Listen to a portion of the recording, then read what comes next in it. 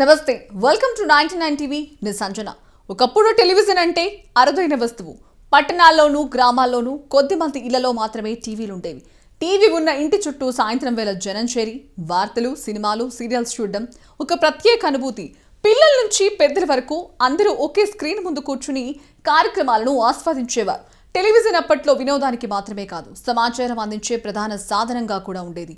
కాలక్రమంలో పరిస్థితులు పూర్తిగా మారాయి. ఆర్థిక స్థితి మెరుగుపడడంతో పాటు సాంకేతిక పరిజ్ఞానం విస్తృతంగా అభివృద్ధి చెందింది. టెలివిజన్ల ధరలు తగ్గడంతో ప్రతి ఇంట్లో టీవీ ఉండడం సాధారణమైంది. నగరాలు మాత్రమే కాదు, మారుమూల గ్రామాల్లో కూడా టీవీలు విస్తృతంగా ఉపయోగంలోకి వచ్చాయి. విద్యుత్ సౌకర్యాలు, కేబుల్ నెట్వర్క్లు, డిటిహెచ్ సేవలు అందుబాటులోకి రావడంతో టీవీ ప్రజల జీవితంలో భాగమైంది. మొదట్లో బ్లాక్ అండ్ వైట్ టీవీలే కనిపించేవి. ఆ తర్వాత రంగుల టీవీలు వచ్చాయి. పెద్ద బాక్సుల్లో ఉండే టీవీల నుంచి సన్నని స్క్రీన్ల వరకు టీవీ రూపమే మారిపోయింది. సాంకేతికత అభివృద్ధి చెందడంతో ఎల్సీడీ, ఎల్ఈడీ, స్మార్ట్ టీవీలు అందుబాటులోకి వచ్చాయి. యూట్యూబ్, ఓటీటీ ప్లాట్ఫామ్లు, ఆన్లైన్ స్ట్రీమింగ్ ద్వారా ప్రపంచవ్యాప్తంగా ఉన్న కంటెంట్ను ఇంట్లో కూర్చునే టీవీలలో చూస్తున్నాం. అత్యాధునిక టీవీలు చిత్ర నాణ్యతలోనూ విప్లవాత్మకమైన మార్పులు తీసుకొచ్చాయి. HD, full HD, 4K, 8K రిజల్యూషన్లలో చిత్రాలు మరింత స్పష్టంగా, సహజంగా కనిపిస్తున్నాయి. డాల్బీ ఆడియో, మంచి సౌండ్ వ్యవస్థల వల్ల సినిమా హాల్ అనుభూతిని ఇంట్లోనే పొందగలుగుతున్నాం.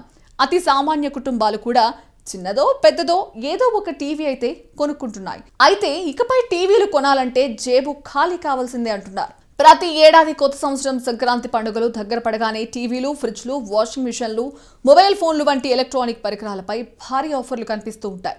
తగ్గిన ధరలు, ఈఎంఐ సదుపాయాలు, అదనపు గిఫ్ట్లతో వినియోగదారులను ఆకర్షించడం సాధారణమే. అందుకే చాలా మంది కొనుగోళ్లను ఈ కాలానికే వాయిదా వేసుకుంటారు. కానీ ఈసారి పరిస్థితి భిన్నంగా ఉండేలా కనిపిస్తోంది.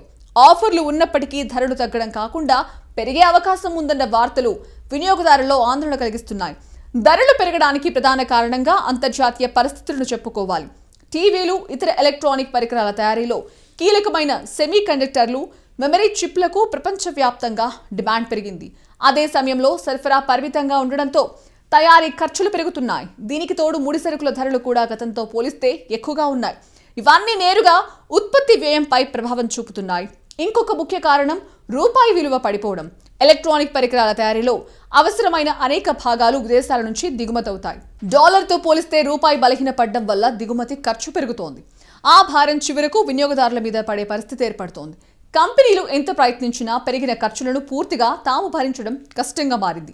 సాధారణంగా పండుగ ఆఫర్ల సమయంలో కంపెనీలు లాభాలను కొంత తగ్గించుకుని అయినా సరే తక్కువ ధరలకు ఉత్పత్తులను విక్రయిస్తాయి. కానీ ఈసారి ఆ అవకాశం కనిపించడం లేదు. కొత్త ఏడాదిలో టీవీ కొనుగోలు చేయాలి అని అనుకునే వారికి ఈసారి చుక్కలు కనపడతాయని అంటున్నారు.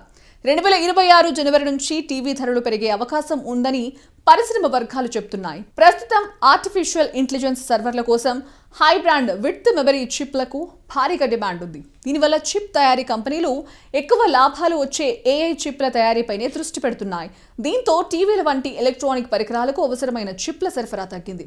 ఫలితంగా వాటి ధరలు గణనీయంగా పెరిగాయి. దీనికి తోడు డాలర్ మారకంలో రూపాయి విలువ తొలిసారి 90 దాటడంతో విదేశాల నుంచి దిగుమతి చేసే ఓపెన్ సెల్ మదర్ బోర్డు వంటి విడిభాగాల ఖర్చు కూడా పెరిగింది. ఇక ఈ పరిస్థితుల నేపథ్యంలో ఎల్ఈడీ టీవీల ధరలు 10% వరకు పెరిగే అవకాశం ఉందని అంటున్నారు.